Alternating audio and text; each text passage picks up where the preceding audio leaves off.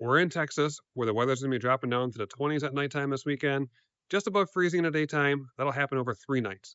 My phone is blowing up with the customers calling me saying, what do I do for the freezing temperatures? So I'm going to cover that in this video.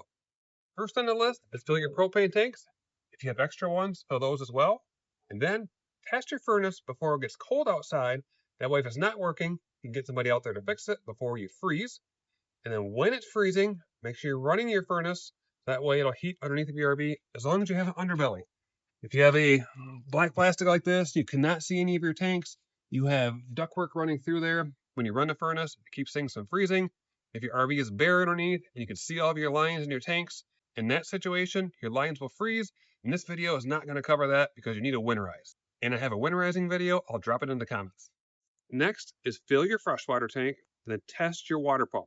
To test the water pump, you need to turn off the city water on the outside and then turn a switch on inside of your RV and make sure water flows out of your faucets. Once you're done testing, you can turn your city water back on. That way you can save your fresh water. And if you haven't sanitized your fresh water in a while, just don't drink the water out of your freshwater tank, but you should put sanitizing your system on your maintenance list. And I do this right before it's going to freeze, but I'll dump the gray and the black water tanks so the whole RV is empty and leave those valves closed when it's going to freeze. You can leave a sewer hose on. It's not going to hurt anything to let that freeze out in the outside temperature because there's no water inside of it.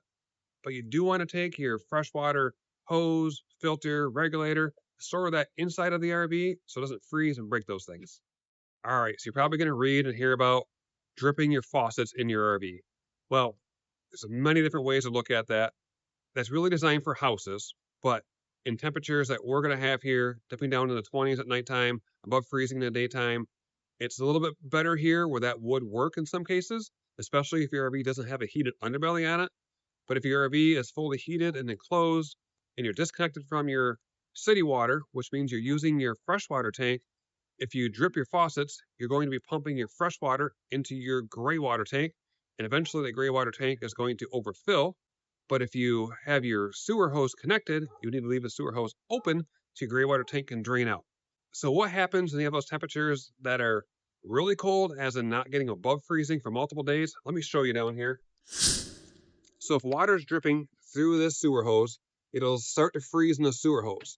Then when it freezes, it creates an ice dam, and water backs up this tube, fills up your black or your gray tank, whichever one you have open, maybe both, and then it'll flood your inside of your RV because water has nowhere else to go because it can't drain out of that frozen hose.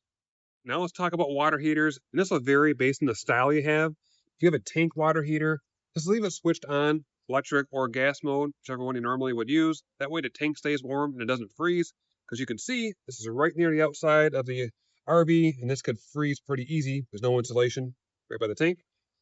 If you have a tankless water heater, look at what model you have.